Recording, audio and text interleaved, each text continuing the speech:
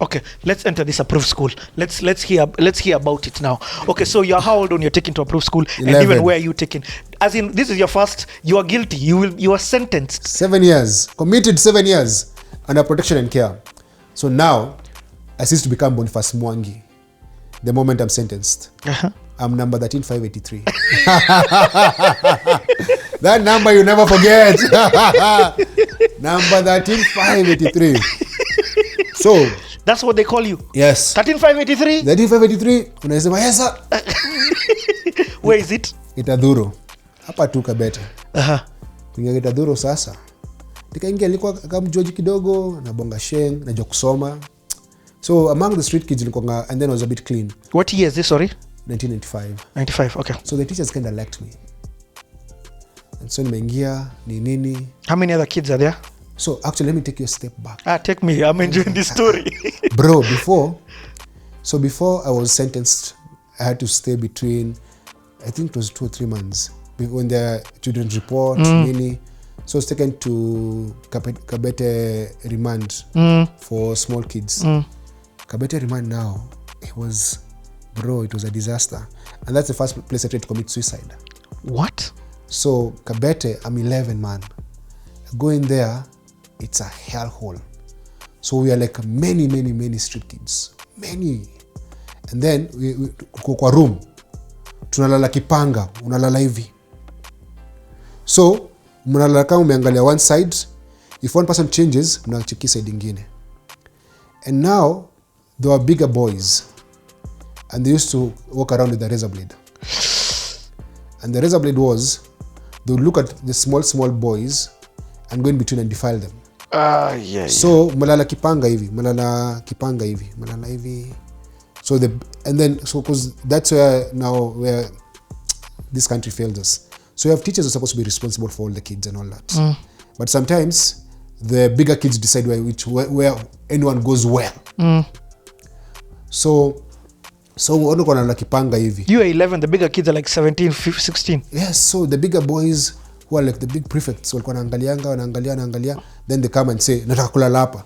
Then they come with a razor blade. Then they pursue the points and the kids can't say anything. Some of them don't even know what's going on. And you realize when you're in that remand place, now this is where now it gets messy, because me, I was arrested in the streets for flagrancy.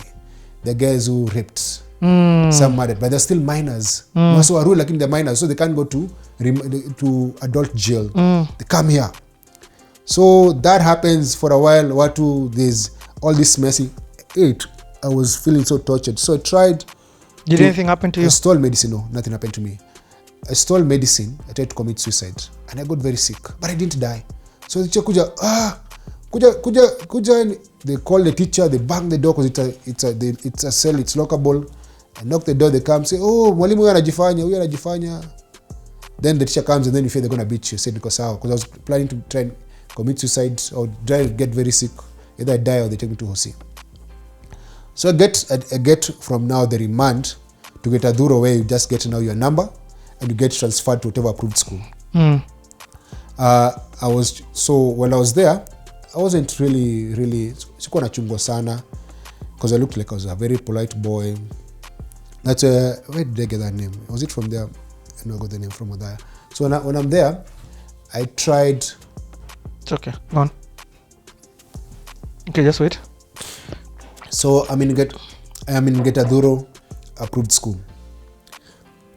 So Getadhuro is where you get your number and you get committed. So I'm number 13583, and then you decide if they're going to take you to Likoni, Kakamega, or Momo, or Dhaya, wherever it is.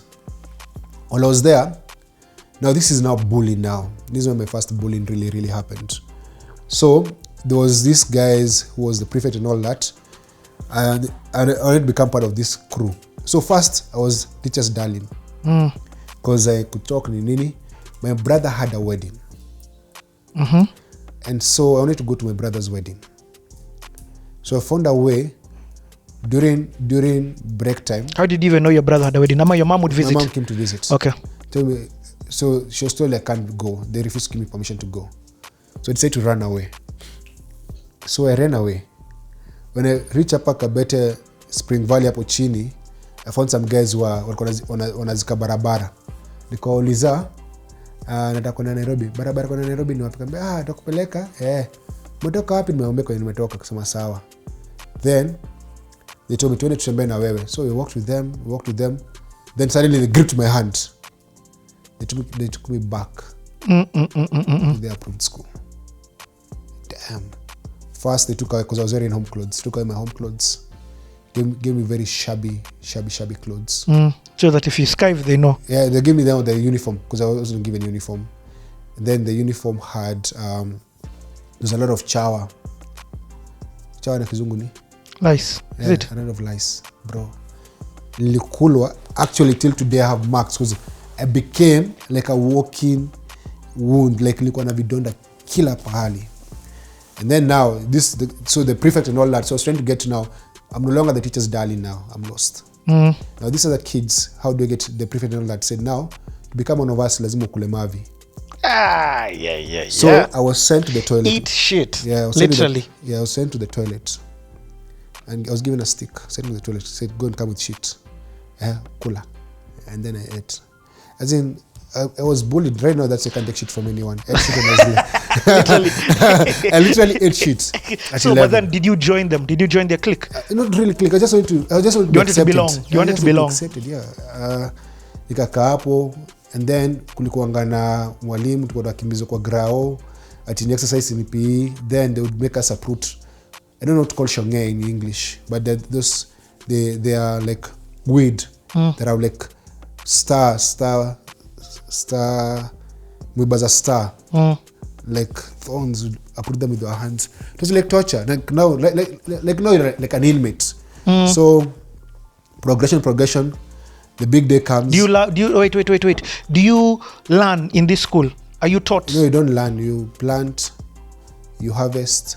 Because now from this school, this is like a dispersal center. This is where they disperse you to other schools. Yes, okay. So here is this is like a halfway house. Yes, halfway house. Yes. Hey, kisungu. Watu ambao walisoma. So from this place, this is where they take you to the other approved schools. So from here is where you're taken to whichever approved school that they select for you. Okay. I was taken to Othaya. Back to Nyeri. Back to Nyeri, man. Othaya approved school, go in. I joined class 6. Second term. It's a good school. I joined in now, and I think I want to remember either I got the name Softy in that Kitaduro or Othaya. When I learned Othaya, I met more hardcore boys. So all those guys who were molesting kids, all the guys who were jailed, we're all in the same place now. I joined the school and I go to class 6. I settle in. My mother comes to visit. August, for the first time, I'm given permission to go home. I go to my shosho in Nyeri. So I start studying and I focus on my studies. That's class 6.